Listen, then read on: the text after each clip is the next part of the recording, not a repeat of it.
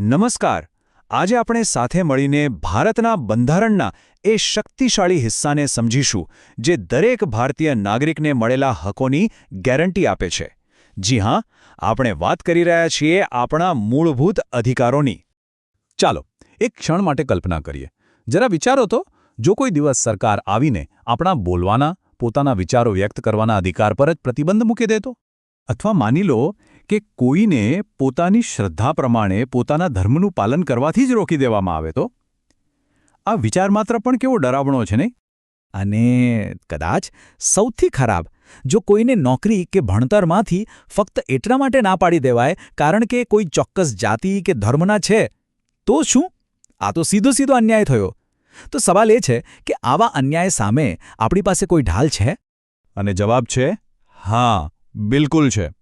આનો જવાબ આપણા ભારતના બંધારણમાં જ છુપાયેલો છે.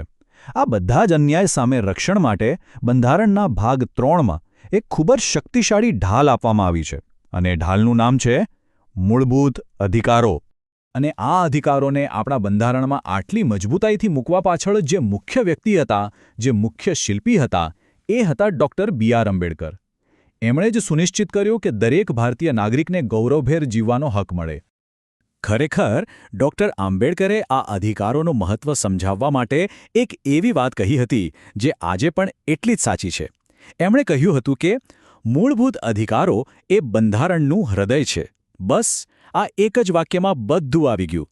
જેમ હૃદય વગર શરીર ન ચાલે, એમાં અધિકારો વગર આપણું બંધારણ અધૂરું છે.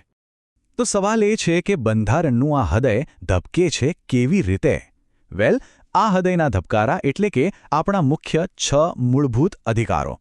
ચાલો એક પછી એક આ બધા અધિકારોને જરા નજીકથી જાણીએ. તો ચાલો શરૂ કરીએ આપણી સફર બંધારણના આ હૃદયને સમજવાની. શરૂઆત કરીએ એ 2 અધિકારોથી જે આપણી લોકશાહીનો પાયો ગણાય છે: સમાનતા અને સ્વતંત્રતાનો અધિકાર. પહેલો છે સમાનતાનો અધિકાર. આનો મતલબ એકદમ સીધો છે. કાયદાની સામે આપણે બધા જ એક સરખા છીએ. કોઈની પણ સાથે, પછી એ ધર્મ હોય, જાતિ હોય, લિંગ હોય કે જન્મનું સ્થળ હોય, કોઈ પણ આધારે ભેદભાવ કરી શકાય નહીં. સિમ્પલ. આને એક ઉદાહરણથી સમજીએ. માની લો કે કોઈ વ્યક્તિ સરકારી નોકરી માટે લાયક છે, પણ એને ફક્ત એટલા માટે ના પાડી દેવામાં આવે કારણ કે એ કોઈ ચોક્કસ જાતિમાંથી આવે છે. તો આ સીધે સીધું બંધારણની વિરુદ્ધ છે. બસ આ અધિકાર આવી જ ગેરરીતિઓને રોકે છે. ઓકે, સમાનતા પછી આવે છે સ્વતંત્રતાનો અધિકાર.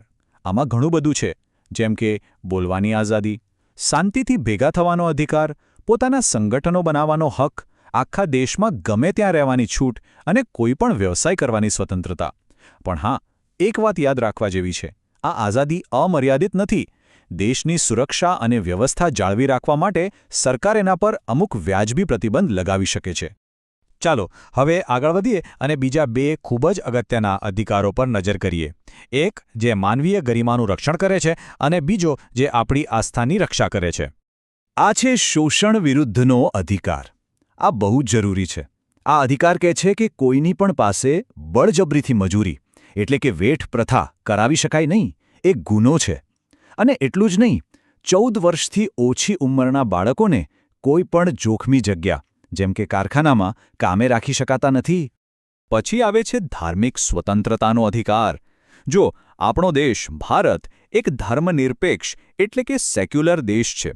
આનો સીધો મતલબ એ છે કે અહીં દરેક વ્યક્તિને, દરેકને પોતપોતાના ધર્મનું પાલન કરવાની, એના વિશે વાત કરવાની અને પોતાની ધાર્મિક સંસ્થાઓ બનાવવાની પૂરેપૂરી આઝાદી છે. આપણા દેશની સૌથી મોટી સુંદરતા શું છે? એની વિવિધતા. અને આ વિવિધતાનું રક્ષણ કરવા માટે પણ એક ખાસ અધિકાર છે: સાંસ્કૃતિક અને શૈક્ષણિક અધિકારો. આ અધિકાર ખાસ કરીને લઘુમતીઓ એટલે કે માઇનોરિટીઝ માટે છે. શા માટે? જેથી તેઓ પોતાની અલગ ભાષા, પોતાની લિપિ અને પોતાની સંસ્કૃતિને સાચવી શકે. આટલું જ નહીં, તેઓ પોતાની શૈક્ષણિક સંસ્થાઓ પણ ખોલી શકે છે અને ચલાવી શકે છે. ખરેખર તો આ અધિકાર જ આપણા દેશના સાંસ્કૃતિક વારસાને જીવંત રાખે છે. ઓકે, તો આપણે અત્યાર સુધી 5 અધિકારોની વાત કરી, પણ એક મિનિટ, માની લો કે આમાંથી કોઈ અધિકાર આપણને મળે જ નહીં, તો એનું ઉલ્લંઘન થાય તો એનું રક્ષણ કોણ કરશે? બસ આ સવાલનો જવાબ છે આપણો 6થો અને કદાચ સૌથી શક્તિશાળી અધિકાર. અને એ છે અનુચ્છેદ 32 હેઠળ બંધારણીય ઉપચારનો અધિકાર. આને બરાબર સમજજો. આ એવો અધિકાર છે જે બીજા બધા અધિકારોને જીવંત બનાવે છે, એમને લાગુ કરાવે છે. જો આ અધિકાર ન હોય તો બાકીના 5 અધિકારો ખાલી કાગળ પર લખેલા શબ્દો જેવા જ છે.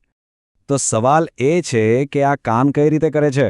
બહુ જ સિમ્પલ રીતે. જો કોઈ પણ નાગરિકને એવું લાગે કે એના મૂળભૂત અધિકાર છીનવાઈ રહ્યા છે, તો એ સીધા જ કોઈ નાની કોર્ટમાં નહીં, સીધા જ હાઈકોર્ટ કે પછી સુપ્રીમ કોર્ટના દરવાજા ખખડાવી શકે છે.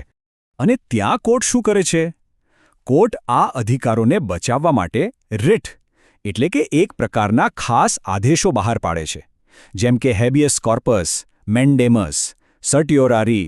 આ બધા કાનૂની હથિયારો છે જે સુનિશ્ચિત કરે છે કે નાગરિકોના અધિકારોનું રક્ષણ થાય. આ કેટલું પાવરફુલ છે એનો અંદાજ એ વાત પરથી લગાવો કે જો સરકાર પોતે પણ કોઈ એવો કાયદો બનાવે જે લોકોના મૂળભૂત અધિકારોની વિરુદ્ધ હોય તો આપણી કોર્ટ એ કાયદાને પણ રદ કરી શકે છે. આ જ છે આપણી લોકશાહીની અસલી તાકાત. અહીં નાગરિકના અધિકારો સૌથી ઉપર છે. તો આખી વાતનો સાર શું છે? એ આ એક વાક્યમાં સમાયેલો છે. જે વ્યક્તિને પોતાના અધિકારો ખબર હોય છે એની સાથે કોઈ પણ સહેલાઈથી અન્યાય કરી શકતું નથી. એટલે કે આ અધિકારોને જાણવા અને સમજવા એ જ આપણી સૌથી મોટી તાકાત છે, આપણું સૌથી મોટું રક્ષણ છે.